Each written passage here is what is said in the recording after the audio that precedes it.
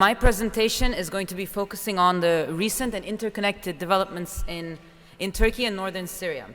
It's going to foreground how this war shapes and is shaped by masculinity, and how this affects us as women, our struggle and our positions as women, in the midst of high-level international interests, complex regional politics, and ever-increasing tensions and animosities.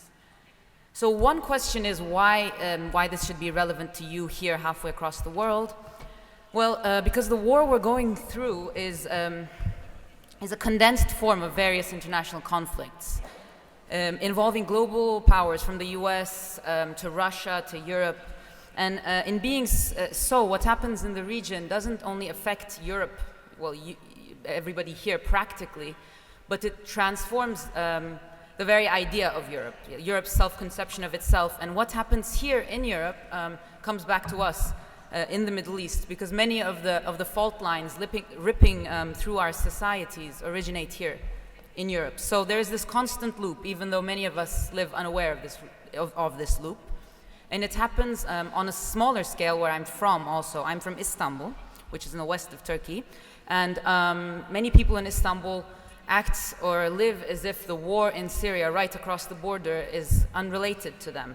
Not even that, but also as if the war within Turkey, in the southeast of Turkey, or the Kurdish region, is also unrelated to them. This war between the Turkish state and the Kurdish guerrilla forces, the PKK, just to give you some background information, has been continuing for more than 30 years now, and more than 40,000 people have been killed, more than 5,000 villages have been emptied, but still, you know, in the west of the country, it's as if this war doesn't really exist in our lives. While Kurds and other opposition movements define this as a resistance against conquest, even against colonialism, what you see in the state, mainstream media, the majority of the society is that it's not even called a war, but combating terrorism. And the gap between realities is also a technique of perpetuating war. So I guess I should first tell you who I am, so that you know what position I'm telling you all of this from. I'm a feminist activist and a member of a Women's Initiative for Peace in Istanbul. Our initiative was founded in 2009 after a wake of arrests where a lot of women from the Kurdish movement were arrested. And these were, you know, our friends. We collaborate with them often, not just in issues regarding Turkish state oppression, but also regarding violence against women. So we felt the need to organize a kind of a broader women's movement for peace, involving women from different political backgrounds, from different organizations, etc. We're not directly part of the Kurdish movement, but we have this kind of close relationship at times, I guess, which also makes it a bit difficult for us to really be the inclusive peace movement we hope to be. I'll start out by laying a general cartography of this war, or these wars, Syria, Turkey, that I mentioned, because they're very deeply related to each other. It's important to remember that geography, it doesn't simply just exist. It's constantly produced and reproduced through relations of power. And mapping itself, it can be a hegemonic act. It can also be one of resistance, because it's basically not just a struggle over land, but also one over representation. Saying that, here's a map which clearly favors Turkey. So Turkey, Syria, Iran, and Iraq, that's one map. In any kind of normative nation-state approach to map making, these would be the borders that we would see. But for Kurds, this whole geography kind of appears other.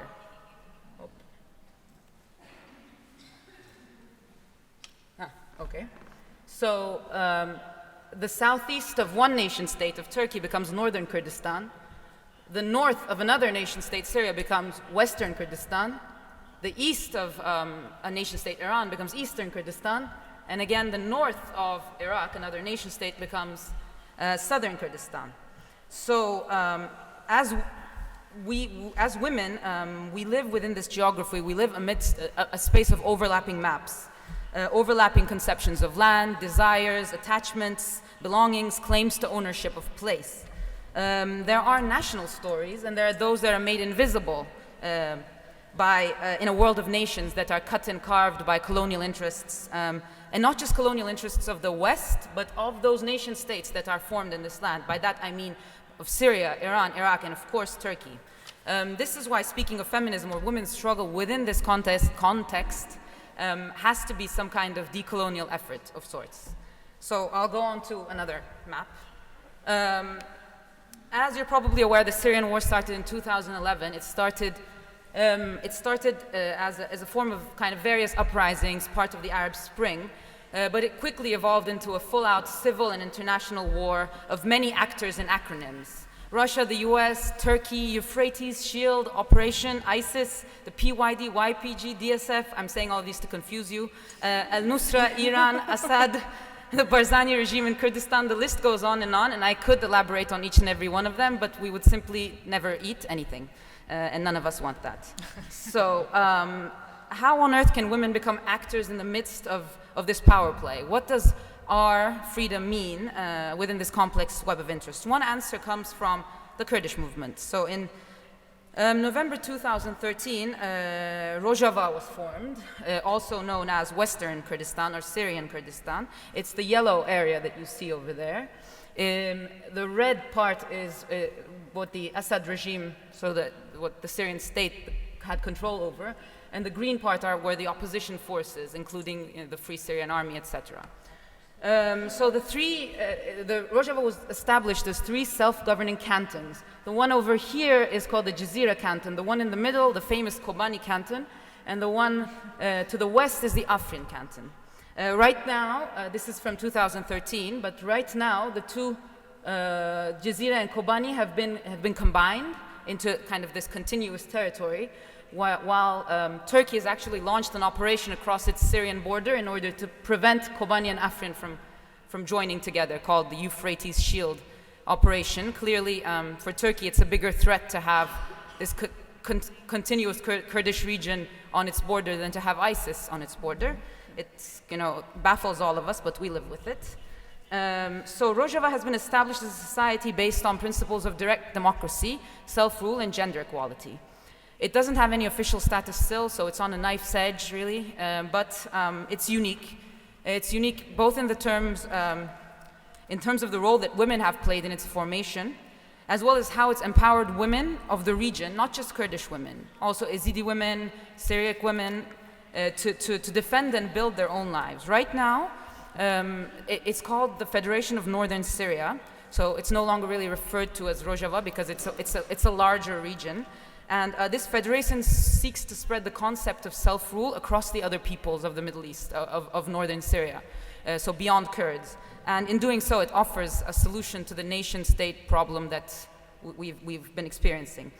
But okay, so let's go back to the map issue. Following the establishment of Rojava comes ISIS. So in 2014, we see suddenly this black area appear. The group gains prominence. You probably know all of this already, but I'll still say it just so we have some background information. The group gains prominence in early 2014 when it drives out the Iraqi army from western Iraqi cities. Iraq is over to this side. What we're seeing is Syria. It captures Mosul, an important town of Iraq, where a lot of Kurds live, actually, and then Sinjar, where Yazidis live, and it commits the massacre, the Sinjar Massacre, killing thousands of Yazidis and capturing Yazidi women and selling them in slave markets, which we've seen. By the end of 2015, the group has control over vast territories. We can see, how quickly it grows like that. And suddenly, the red area again is the regime, the green area, the opposition, and yellow, the Kurds, and the black area is ISIS. And from one map to the other, we can see that Kobani Canton almost completely disappear.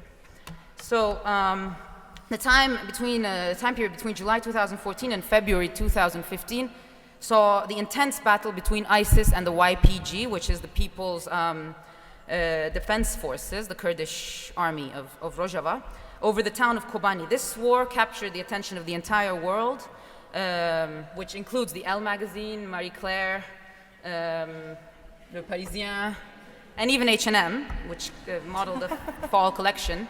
So speaking of a complex web of international interests, it's not just countries, it's also, these come in all forms, including romanticizing or capitalizing on a revolution over women's bodies. So thus this war spoke to the dreams and perhaps fantasies of the West, especially with the prominence of the YPJ, Women's Defense Forces fighters. So there are important points that overlap, or rather speak to one another within this timeline, the Syrian war, and with that of the peace process, the end of the peace process and the restart of war in Turkey, or northern Kurdistan. So in 2012, a peace and resolution process began in Turkey. I could elaborate on what we as women, the Women's Initiative for Peace, etc., did in organizing against the war before the peace process, how we worked, to bring UN Resolution 1325 to the table during the peace process, and after, what we've done since the war has started again. But again, that would take too much time. So if we have time later and you're interested, we can talk about it. But anyway, the process was officially declared by the leader of the PKK, Abdullah Öcalan, in April 2013. He's imprisoned in an island, İmralı. And then a year and a half later, the process began unraveling in the midst of the darkest days of the Kobani War. On the 6th and 7th of October 2014, you can see from this map, Kobani has almost disappeared. ISIS almost captured the entire town. Thousands of people were waiting on the other side of the border.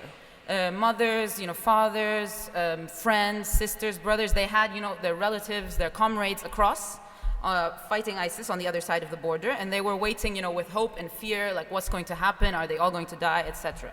And then President Erdogan, President of the Turkish Republic, said in one of his speeches, Kobani is about to fall, and he said this in a victorious manner. This statement had serious repercussions. People were very angry, they took to the streets, and the 6th and 7th of October, and as a result of these protests, clashes took place, and 50 people died in like 10 days.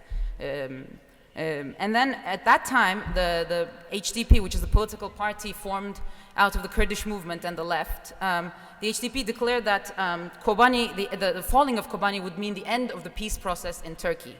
So something that was happening across the border would mean the end of the peace process inside Turkey, thus enmeshing or demonstrating the inseparable link between, you can choose which, the outcome of the war in Syria and the peace process in Turkey. Then the PKK and Öcalan made similar declarations, explaining how it would be impossible to make peace with Kurds on one side of the border while allowing ISIS to decimate them on the other side of the border, and that if there was no status for Kurds, like a couple hundred meters across, then that would mean there would be no status for Kurds inside Turkey either. And so the border itself ceases to make sense. And not just for the Kurdish movement, but also for the Turkish state, since the Turkish state claims to determine the fate of people on both sides of that border. So as I said, the actual end of the process came much later. There was an explosion that killed 30 people, again on the Syrian border. Following that explosion, some members of local groups assassinated 2 policemen, again on the border. And as a response to this, the Turkish state started bombing Kandil, the Kurdish guerrilla base, instead of figuring out ways to deal with ISIS. What came next? Well, repeated elections in Turkey, a series of explosions, the beginning of a period of curfews and sieges on Kurdish towns that declared autonomy following the example of Rojava, Kobani-style urban wars in Kurdish towns within Turkey, brutal special operations forces, between brutal special operation forces and Kurdish neighborhood defense forces that fashioned themselves after the YPJ, after the fighters in Rojava. Actually, many of them had fought in Rojava and had come back. A coup attempt, state of emergency, landslides of arrests. So all of this happened in a year and a half. Even we can't really understand what's been happening to us. Understanding these 2 processes is interlinked calls for a general understanding of war as a form of conquest, and conquest as a modus operandi of masculinity. This in turn is something that also transforms womanhood, what our resistance means. What does it mean for women to take up arms against ISIS or against the Turkish state in defense of their neighborhoods? What happens when women define this act of killing as one of giving life rather than taking it? What happens when elderly women remain in battlefields to provide care to resistance fighters? whom they call their own children, even if they're not really related? Does this transform motherhood and traditional kind of caregiving roles into resistance? Or is it does it feed into the kind of traditional gender roles, or does it do both? Let's remember Andrea Smith saying that the technique of rape and rendering rapeable is a way of not only destroying peoples, but their sense of being a people. In a controversial argument, she extends the concept of rape from women's bodies to the land itself, and speaks of it as a form of dispossession. The way in which the Turkish state and its special operation forces work is within this context. So women's struggle to build and rebuild life becomes a challenge to this politics of conquest and disposition. So a map of the Kurdish towns where sieges took place. As you can see, the red areas, they're all on the Syrian border. The sieges began towards mid-August 2015 in the form of 24-hour curfews, indefinite curfews. One example is Cizre. You can see it's right on the Syrian-Iraqi border. More than 200 people were killed in Cizre, either by snipers or in 3 separate basements where they were burned to death in front of all of our eyes. We literally watched this happen over the course of a week. Throughout the siege in Cizre, women struggled to keep the entire community alive by performing their very traditional normal roles as women. They would open tunnels through separate apartments in order to share food and water, divide loaves of bread among like 40 people, bake bread under sniper fire, these kinds of things. So all of these activities, perpetually seen condescendingly as women's jobs, became ways of enduring, of making whole communities live, last, remain. Women ventured outside carrying white flags to signal that they were unarmed, and they carried wounded people or the bodies of dead people in order to preserve them, sometimes in fridges, so that they could be buried without decaying. And many died in the act. So what women were doing wasn't only about preserving life, but also preserving death, proper death, that is. Not only about preserving people, but their sense of being a people. And how you die, what happens to your body after you die, all across the world is very deeply related to your sense of being a people. So women's insistence on preserving the ordinary, both in terms of how you live and in terms of how you die, becomes a form of resistance when everything around else becomes extraordinary. But it's important to remember that these same women can dig trenches, take up arms, make bombs out of teapots, organize on the streets, publicly protest, so that we don't think it's just a perpetuation of gender roles. And women who resist, this is a photo of Cizre after the siege. Women who resist and break apart gender roles end up deserving all kinds of violence. One example is Ekin Van. She was a guerrilla fighter who was killed. The special operation forces who killed her put 2 photographs of her online, one of them clothed, one naked. So basically, it's not only about killing people, but it's about publishing how you kill them, women's naked bodies on social media. Not about destroying peoples, but their sense of being a people. And each time people comment, she deserved it. Whoever that she may be, whatever that it may be, she deserved it. This violence and hatred is imbued deep into our everyday life.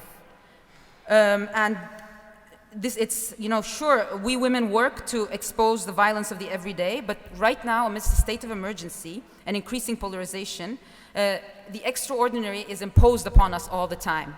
And this changes the nature of the violence we experience. It makes it spectacular. People like opening themselves up to spectacle. They like kind of displaying this violence that they enact, and they like applauding it in others, as long as, they agree with each other.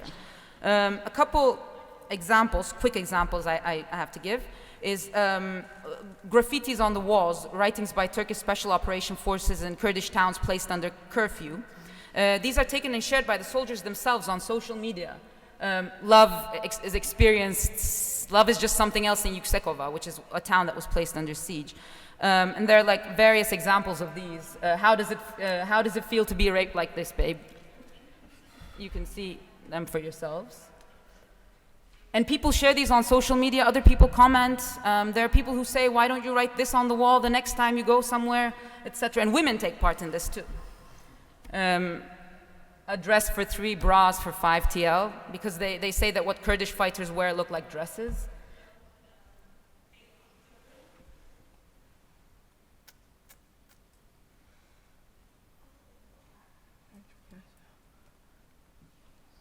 War is the wedding of a Turk. So, and the other thing they do is put flags everywhere, and this is kind of the last example I'll give. In Jizre, there was a house, a woman, they took, the Special Operations Forces took a nightgown and dressed it onto a chair and wrote, "We had really good sex with this" on it, and then they hung a Turkish flag on top of that. The family wasn't able to remove the Turkish flag after they moved back in after the siege because they were scared that their house would be burned down or somebody would be killed.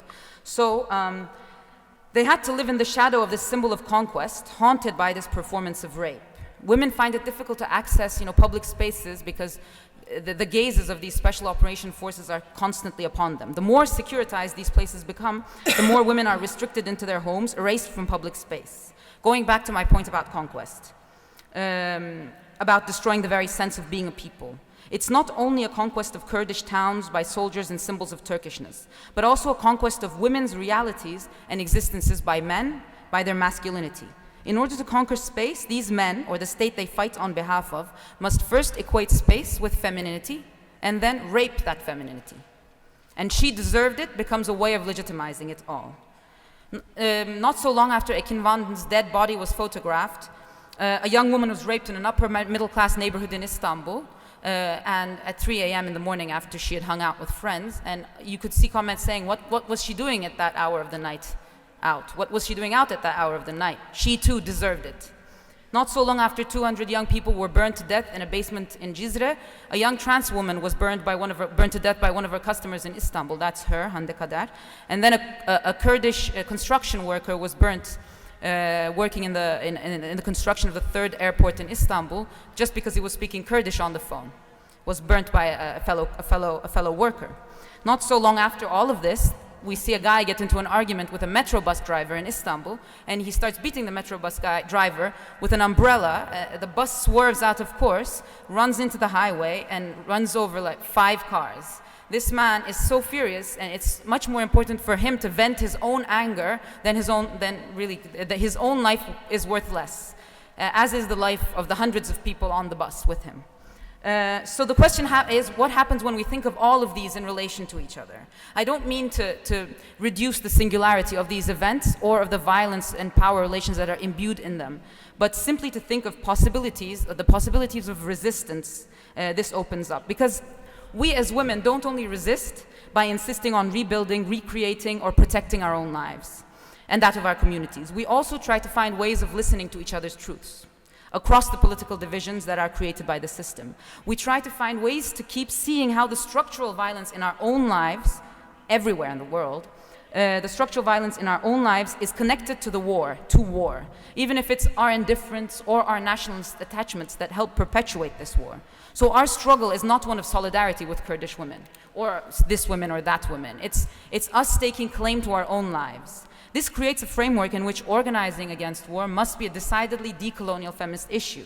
What I mean by this is not only to highlight the colonial nature of the state that governs by inscribing conquest upon minds, bodies, walls, towns, spaces, but also that in working against this war, what we're actually struggling against as women is the very redefinition of womanhood as a symbolic and, of course, physical space of conquest, as simple terrain upon which dispossession can be enacted.